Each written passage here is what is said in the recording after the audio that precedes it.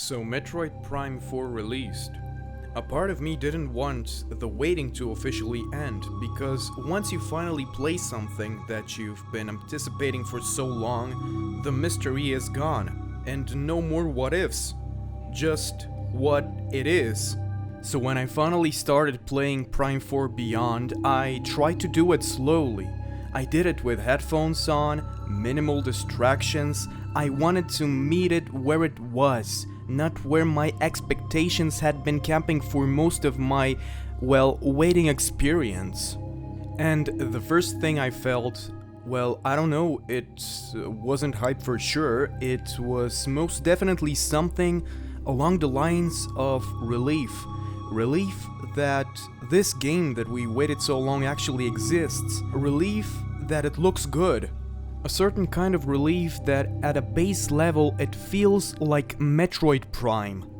That quiet humming, that sense of stepping into a place that doesn't care whether you're there or not there.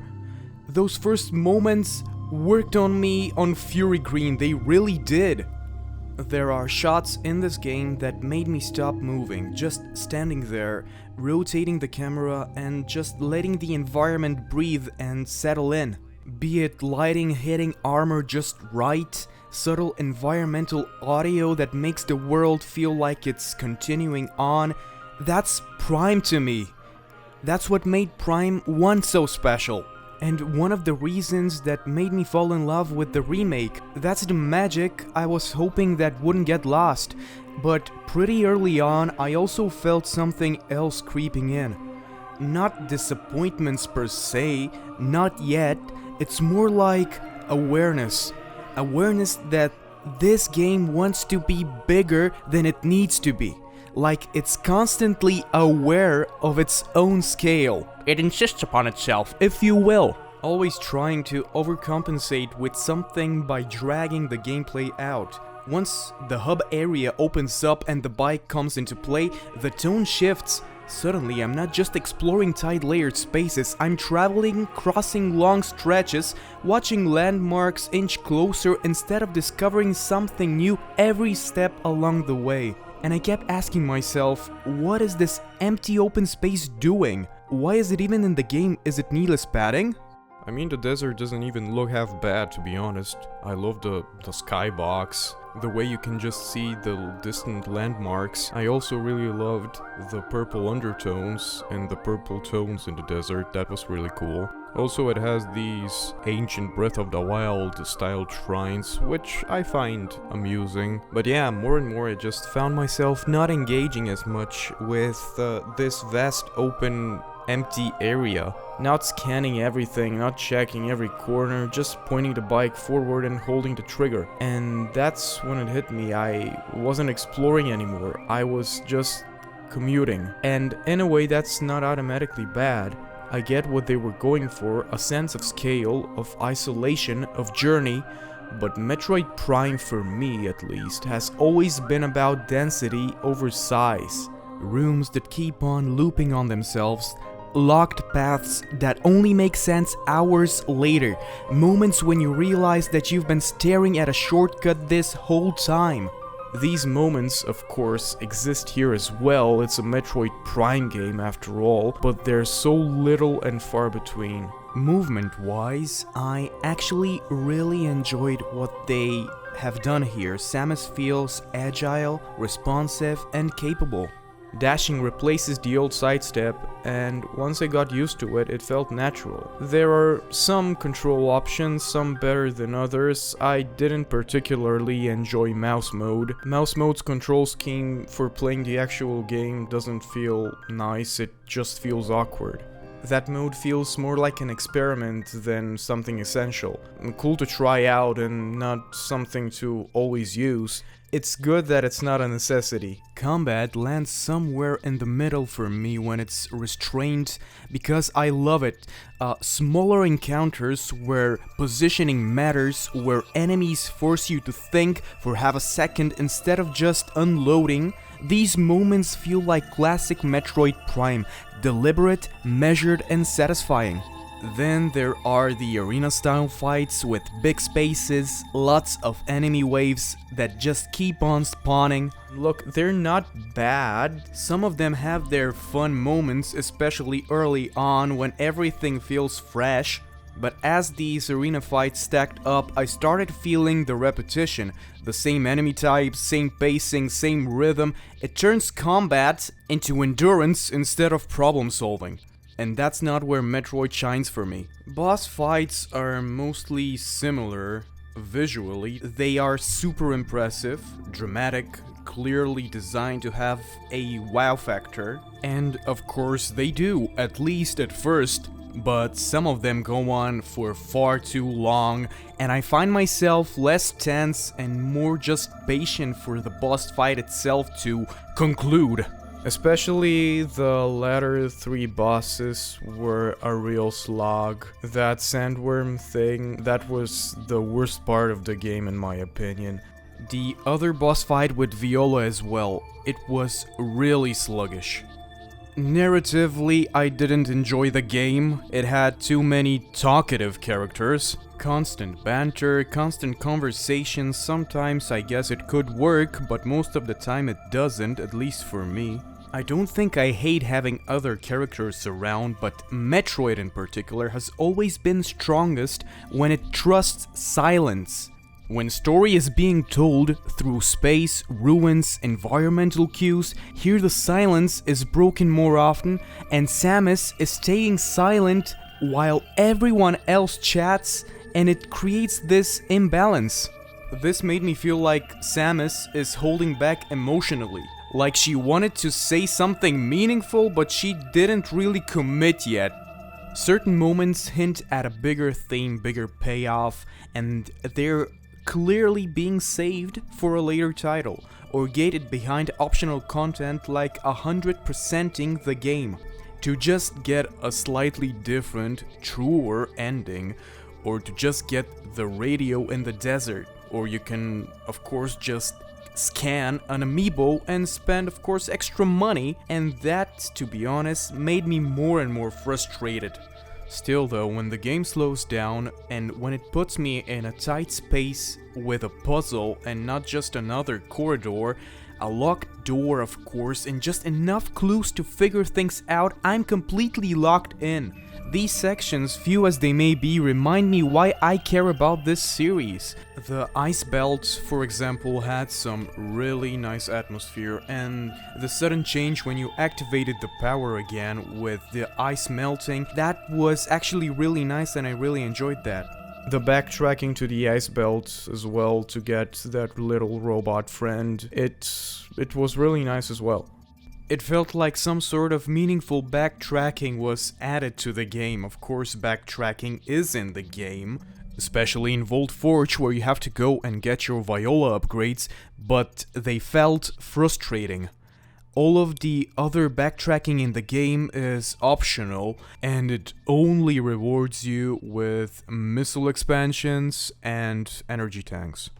By the time I got deeper into the game, that early sense of in-between never really went away, it just evolved. I wasn't waiting for the game to suddenly click anymore. Instead, I was paying attention to how often it almost clicked.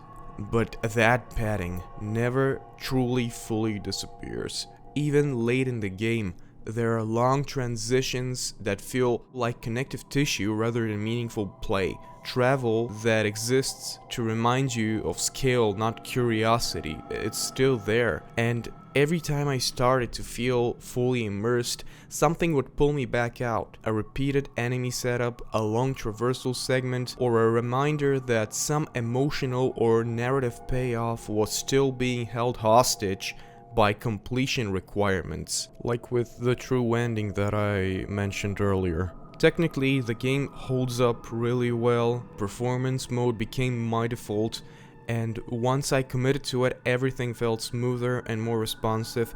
Visually, it's constantly impressive. Even when I wasn't loving what I was doing, I usually liked what I was seeing.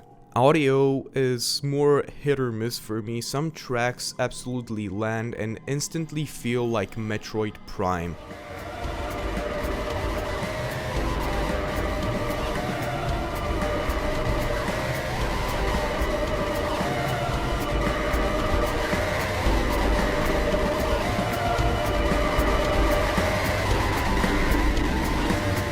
Others are not so Prime coded and more Halo coded, as Beatemups said in his video.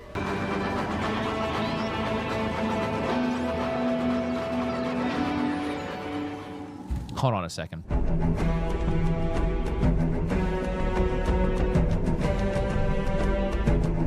Now,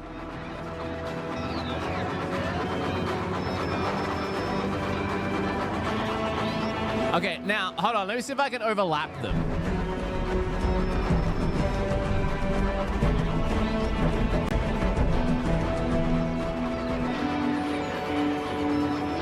Booyah. That's what I have to say. Booyah. Booyah! Long-range comms are back. Booyah. Sound design though is strong. I loved the sound design of this game. It's so... That's the best I can explain it. My favorite sound, to be honest, is the item pickup sound. I think it's a reused sound, I have to check it up.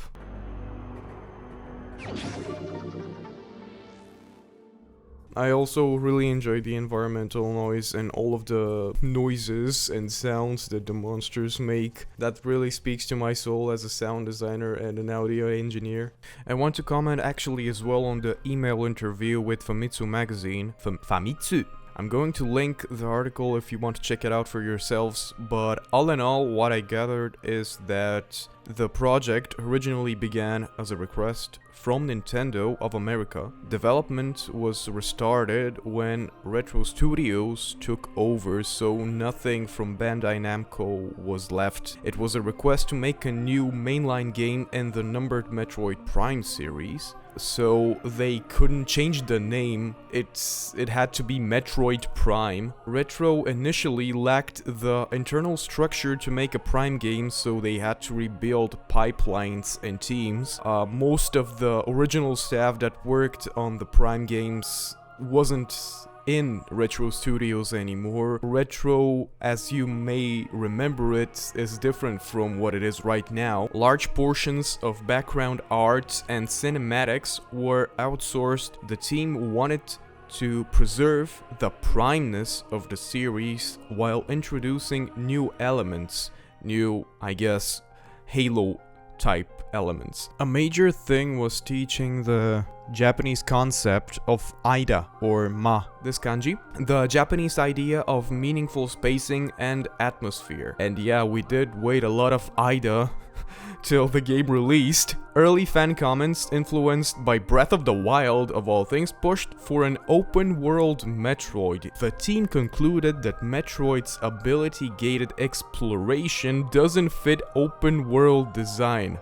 Instead, they created a large hub area, Soul Valley. By the time development dragged on, players' attitudes toward open worlds had shifted, but it was way too late to restart again, so they just continued on. They had actually technical goals, which was cool to know, that the game targets 60 FPS on original Switch hardware and 120 FPS on Switch 2 Edition, which they actually succeeded at. As I mentioned, I played the Switch 2 Edition only in 120 FPS, and the game looks okay on original Switch hardware as well, in my opinion. Just the resolution is a bit muddy. Psychic abilities actually originated from experimenting with controlling the charge beam. The game is set after Super Metroid and before Metroid Fusion. Because Samus enters another dimension, the Prime series is now timeline isolated from the 2D Metroid series. Sylex's hatred of Samus was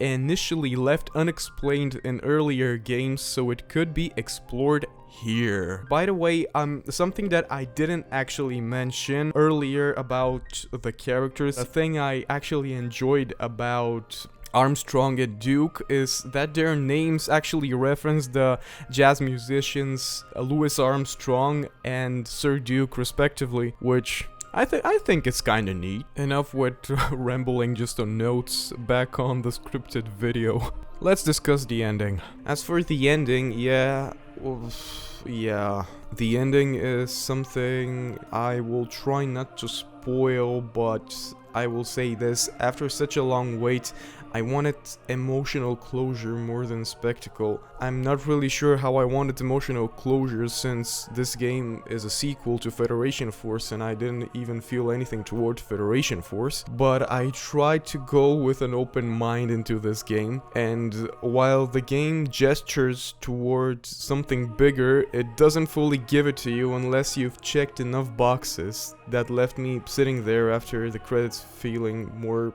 I don't know, thoughtful than satisfied. Actually, when the credits rolled, the only thing that came out of me was a short, you get me? Like, is that it?